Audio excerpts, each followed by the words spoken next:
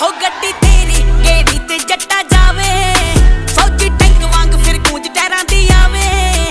ਸਰਦਾਂ ਨਾਲ ਚੜਾ ਕੇ danger danger ਯਾਰਾਂ ਨੂੰ ਡੋਮੀਨੇਟ ਕਰੇ ਸੜਕਾਂ ਉੱਤੇ ਕਾਰਾਂ ਨੂੰ।